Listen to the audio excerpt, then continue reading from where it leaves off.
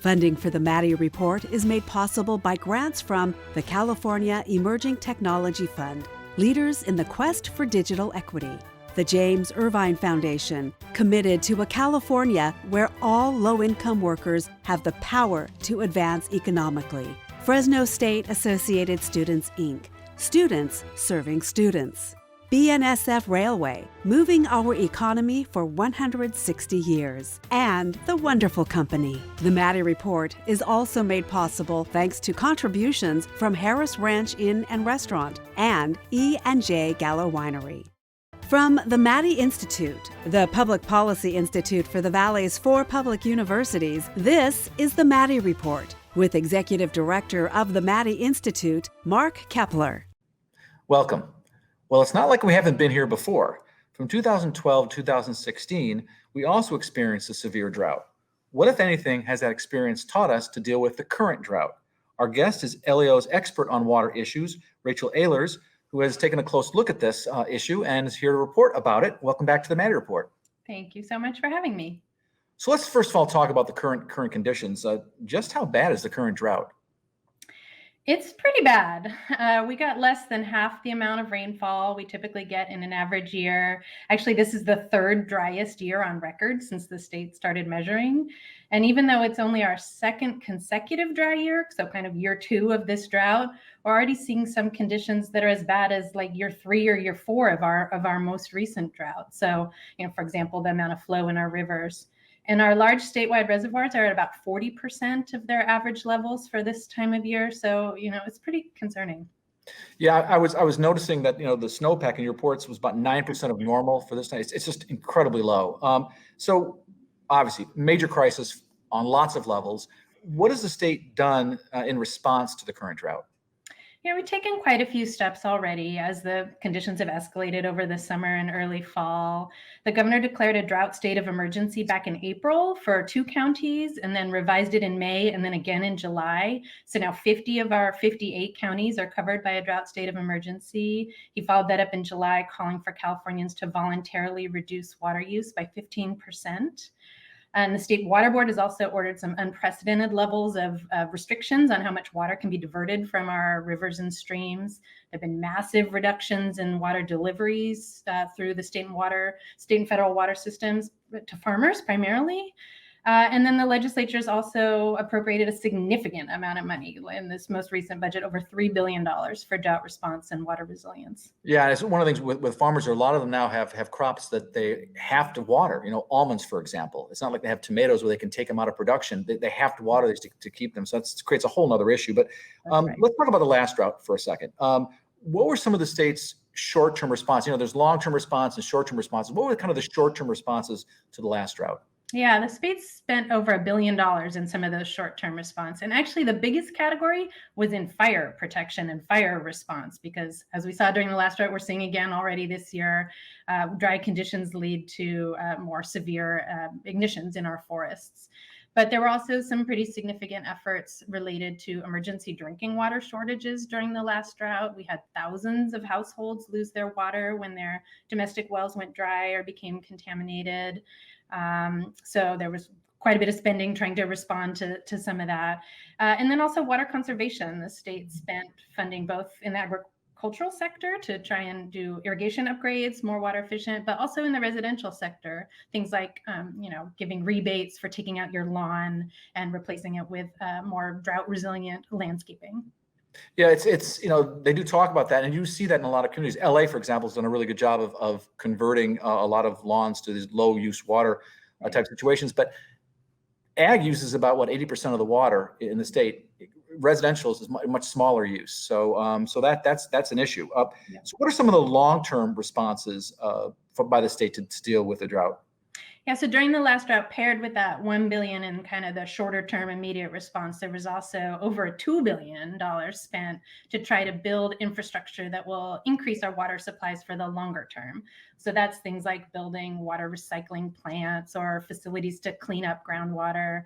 And that didn't provide any immediate assistance during the last drought because those projects kind of take a long time to build and get in place. But hopefully they're starting to pay dividends now as we're facing dry conditions again, and then in the future years as we face future droughts. Yeah, I mean, there's frankly, so much depressing news lately. I was reading your report. I saw some good news. And you were talking about the last time a lot of these programs were funded by general obligation bonds. But this time around, quote, a quote, very healthy fiscal situation for the state. Yay. Okay. So no worries. We got enough money. We'll be able to take care of this. Yeah, I mean, is it ever enough? But we are, I appreciate the highlighting of good news. We are in a much better situation, at least fiscally in the state. As you mentioned last time, the majority of the spending for drought response was from general obligation bonds, about 70%. And actually, we passed a big general obligation bond for water in the middle of the last drought, Proposition 1 in 2014. But this time around, we do have additional general fund resources and actually quite a bit of funding from the federal government as well that we can help rely on. So as I mentioned, the most recent legislative budget included over $3 billion for some of these water resilience, drought response activities. And most of that was from the general fund, actually. Yeah. But then we also talk about, who's taking care of all this. We don't have a water czar in California or a drought czar. Lots of different state agencies are involved. Too many cooks in the kitchen? I guess it depends on how well those cooks cook together. During the last drought, there were 13 different state departments that got funding for different drought response activities. There are kind of 4 primary ones: the Department of Water Resources, the State Water Resources Control Board, Department of Fish and Wildlife, and the Office of Emergency Services. But then several other departments kind of involved too. So Governor Newsom has now reconvened an interagency drought task force that was active during the last drought. So hopefully that helps a little bit with the coordination. Okay, well, up next, we're going to talk with one of those state agencies, the Department of Water Resources, see what they did that they thought they did well, see what they'd like to do better the next time, and how can they apply that to the current drought. That conversation in a moment. This is the Maddy Report.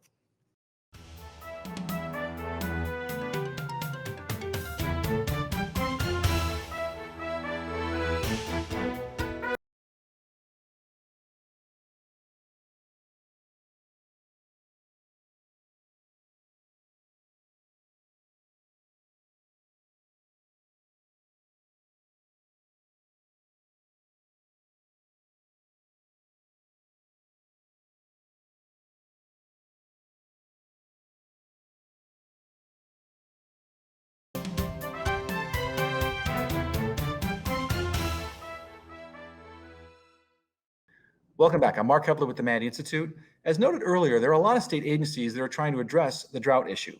Our guest, Janine Jones, is with one of the most important, the California Department of Water Resources. Welcome to the Maddy Report. Hello from Sacramento. Okay, so what are the kinds of things that the Department of Water Resources has done when responding to past droughts? One of our biggest things is operating the State Water Project, which delivers water to urban and agricultural customers throughout the state. And during drought, that requires very complicated operations and close coordination with the Federal Central Valley Project. We also have a number of data and monitoring programs that support drought response, and we have financial assistance programs for local water agencies. So you guys are doing a lot. What were some of the major challenges that you were confronted with the last drought? Certainly the last drought was very challenging hydrologically. It was a 5-year event, and we had 2 particularly stressful years in 2014 and 2015. In 2014, we tied the then record low for statewide snowpack at only 25% of average. And in 2014, we hit a new record low of 5% of average. We had very low water allocations in both the State Water Project and the Federal Central Valley Project had first ever 0 allocations to its agricultural customers. This presented a host of operational challenges, including for some of our contractors who rely on exchange agreements that were based on the premise that there would be water flowing in the system so they could exchange water, which wasn't the case if people had a 0 allocation. So there was quite a bit of work on the operational side. 5% snowpack, that's just unbelievable. So what efforts do you think were particularly successful in addressing the problem? Well, certainly our close coordination with the Federal Central Valley Project and the environmental regulatory agencies and project operations was essential to managing these extreme hydrology conditions, and also looking on the groundwater side. Courtesy of the fact that we now, for the first time, had substantial groundwater level data during drought, thanks to state legislation enacted in 2009, we were able to analyze the impact of drought and groundwater. And we also implemented first ever use of satellite-based remote sensing technology called INSAR to measure land subsidence due to groundwater extraction in the San Joaquin Valley. And that gave us a fantastic first ever synoptic snapshot of what was going on in the valley in terms of subsidence. And that was just huge in comparison to the information that we had in prior droughts. Yeah, that using technology obviously is going to help solve this problem or deal with this problem in subsidence where land is actually degrading lower because the aquifer is collapsing, right? And how much of a drop is it occurring, like in the worst case scenario? Are we talking about inches or are we talking about feet? We're talking about feet. And over the long-term historical record, say going back to World War II era, there are places in the San Joaquin Valley that have subsided 30 feet, which, that's like a two-story house. But in the past drought, we were seeing subsidence rates that tied historical records of a foot a year. That's amazing. And if you step back and think about it, that means roads, it means canals, it means houses. I mean, the impacts of that pretty dramatic. And after you lose that aquifer, right, after it collapses, you can't go back and put the water back in. It's gone. You've lost that opportunity, right? Yeah, that's what sounded to be a big problem. So, no one bats 1,000. So some of your efforts worked, some didn't. What efforts did you make that you thought, man, they weren't didn't work out as well as we had hoped? Or what kinds of things are you planning for this drought and future droughts that you want to implement? Well, certainly one of the things that we saw was that we really need to improve forecasting at all time scales. So we need the science community to step up their game and improve these longer term forecasts of precipitation, because those are really valuable for giving us the heads up about conditions coming down the road.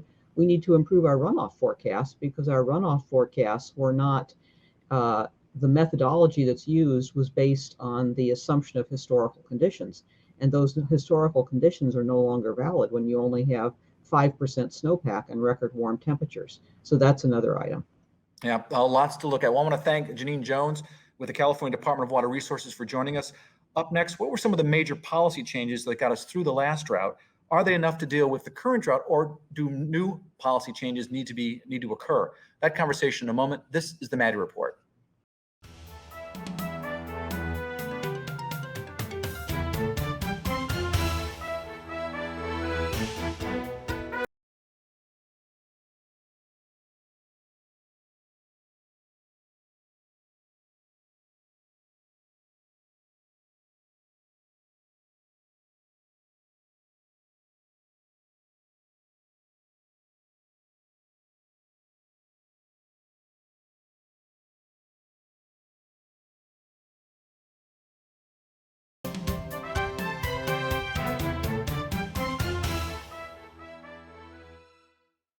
Welcome back. I'm Mark Keppler with the Maddy Institute. We're back talking with Rachel Ehlers, an expert on water issues with a non-partisan legislative analyst office.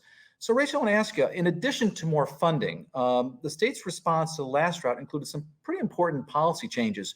What were some of the short-term fixes that they came up with? And most of the short-term steps were really to respond to urgent conditions. So that was things like, expediting drought response projects by temporarily waiving state contracting or environmental permitting requirements, or trying to expedite transfers of water between willing sellers and buyers on more kind of, expedited timeline. And also steps to respond to less water in our rivers and streams. So things like temporarily prohibiting fishing in certain areas, or relaxing some of the flow and water quality requirements that are usually in place, and changing requirements for reservoir releases, that type of thing. Really kind of targeted and short-term and urgent. Yeah. I want to ask you about water conservation. That seems to be like a long-term play. It's not going to have an immediate effect on a drought. You indicated that was a major focus during the last drought. What was done and why? Yeah, water conservation is interesting because it can actually be both short-term and longer-term. So your viewers may remember during the last drought, Governor Brown required a 25% reduction for urban water users across the board. Obviously, that was intended to kind of save water in the short term. It was pretty temporary. It lasted less than a year. But then subsequently, the legislature passed legislation trying to work on the longer term water efficiency. So now water agencies are required to develop plans for how they're going to kind of be more efficient, set objectives for reducing water use, and put those in place over a number of years. So it can be both short-term and longer-term. Yeah, there was some discussion about water conservation for urban users. Now remember, urban users only use about 20% of the water. Ag actually uses about 80% of the water in the state. They were trying to hit a target of 20% reductions in statewide urban use of 20% by 2020. They've already met that goal, right? That's right. Yeah, some of the reductions that were put in place during the last drought, we haven't seen kind of rebound. We've seen them stay in place. So when we do things like take out lawns and put in more drought-resistant landscaping or replace toilets with low-flow toilets, those are longer-term permanent reductions in water use that we're still seeing now. Yeah, and I think down in Los Angeles, they were saying while the population's expanded, their water use really hasn't. The Metropolitan Water District down there has done a very good job of incentivizing people to take out lawns and make it drought tolerant, low water use situation. So they've done a really good job down there. Yeah. Let me ask you this. What are some of the other long-term policy changes that were adopted in response to the last drought? Several. I think maybe one of the most significant is the Sustainable Groundwater Management Act, or SGMA, which was passed in 2014. And that was really the state's first comprehensive effort to regulate groundwater, to make sure that how much we're taking out and how much we're kind of putting back in to replenish the basin come into balance. So that's still in the process of being implemented. Agencies are putting together plans and beginning to implement. It won't be fully in effect until 2040, but that was a very major policy shift. The state also took a bunch of efforts to try and address some of these drinking water challenges we've been seeing, and we saw during the last drought with wells going dry. So things like passing legislation that allows the state to help consolidate smaller water systems that are failing to meet water quality standards. Well, that's been the whole problem of legacy chemicals, from years and years and years ago that are just still in the ground water, I guess. But I'm gonna go back to SGMA for a second. That Groundwater Management Act. California, my understanding was one of the last states in the Western U.S., I guess, that actually addressed the issue of groundwater management, which just seems amazing. I mean, we're behind Texas. Texas was already regulating this. Right. And then we're also talking about 2040 as the target date where we're going to get things in balance. Frankly, do we have that much time? Yeah, I think that's going to remain to be seen. I'm not sure anybody thought we would have this severe of a drought this quickly that would stress the groundwater basins in this, but it is a major shift. It's a major change, as you mentioned earlier in the show, when surface water deliveries are reduced and farmers still have trees that they need to water. They really need groundwater as their kind of reserve, their bank savings that they can turn to. So how do we adjust our reliance on that groundwater, but also make sure that we're using groundwater in a sustainable way? That's a pretty big transition for the state. Yeah. SGMA. I think you're absolutely. SGMA is very consequential when it comes to water issues in California. Well, up next, what would you like to see the legislature do to address the state's current drought? That conversation in a moment. This is the Maddy Report.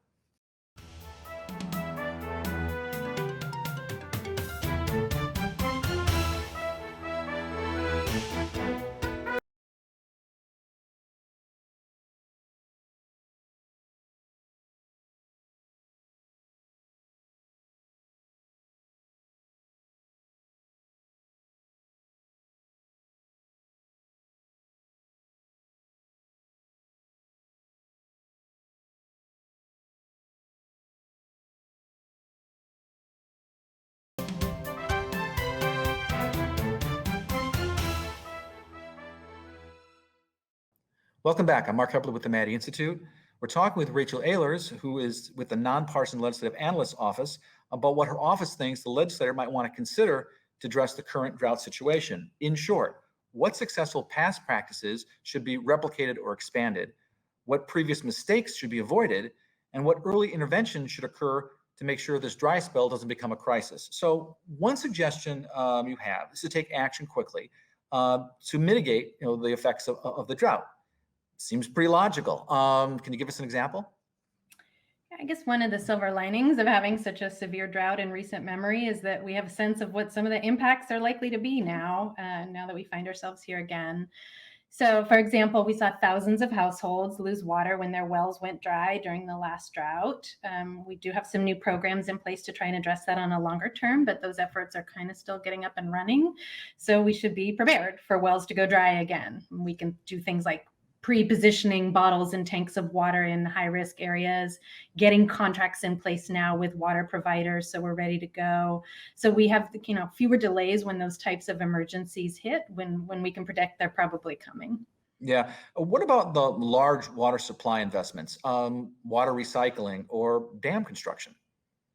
Yeah, those are projects that can be very helpful in a subsequent drought. They're not going to really help us in the current situation. Those big major projects take many years to kind of plan, design, get permits, get financing, actually construct.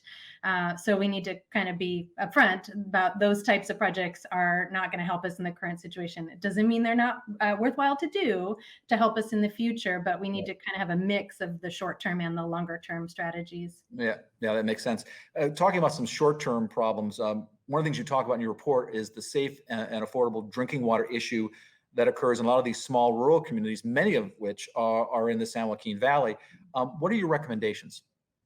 Yeah, we know that over 1 million Californians currently lack access to safe and affordable drinking water, and that is only exacerbated by the drought when the wells can go dry and there's increased agricultural pumping that happens in drought years, which can cause the groundwater tables to drop. So these are communities that contain high proportions of both low-income and Latino residents, the same communities that were disproportionately impacted by the economic repercussions of COVID-19. Many of these communities contain agricultural workers that experience negative economic impacts from decreases in agricultural activity during the drought. So we really think this needs to be a big area of focus for the state, given all of these challenges, doing things like regular monitoring of groundwater levels, pre-positioning drinking water, as I mentioned, and then just really having additional staff and funding kind of ready to go to address these challenges. It's like they almost have like a triple whammy. I mean, they're dealing with COVID, they're dealing with loss of economic production of jobs because of the drought. And then their water they drink is contaminated. So they're dealing with a lot in these smaller rural communities. Yeah, so it really does need to be an area of focus for the state to try and address some of those challenges. Another big issue that, we're dealing with is, fire season. It really is no such thing anymore. It seems like it goes all year, it seems like. It used to be a season. That's no longer the case. Drought has obviously had a big impact on wildfires and forest fires. What kinds of things are you suggesting along those lines to deal with that particular problem? Yeah, I mean, we saw very severe fires during the last drought, and are we seeing it again already this year? So the dry conditions, high temperatures really contribute to kind of flammable conditions in the forest. During the last drought, we had 129 million trees die due to those dry conditions, high temperatures, and bark beetle infestations that kind of result from that overly dry conditions. So when we're not too busy fighting the fires, one of the things that the state can really do is do some efforts to try and remove some of those dead and dying trees from the forest, take some of the fuel out to try and reduce some of the risk of those severe wildfires. Yeah, it's think about that, 129 million trees. That's a staggering number. Yeah. All of the is basically firewood that can easily go up. I recently took a trip to Kings Canyon and went back there to giant sequoias, and the giant sequoias survive, but a lot of the other trees, it was just decimated. Right. A lot of new growth, but it's going to be years before it's ever going to come back to what it was. But wildfires are, it's really interconnected now with the whole issue of drought. That becomes a really big issue. Well, I want to thank our guest, Rachel Ehlers with the Legislative Analyst Office for joining us. Also, Janine Jones with the California Department of Water Resources. And thank you for joining us. This is Mark Keppler for the Maddy Report. The views expressed in the Maddy Report are those of the individuals participating in the program and do not necessarily reflect the views of the Maddy Institute. If you'd like to share your thoughts about today's episode of the Maddy Report, please visit our website at maddyinstitute.org.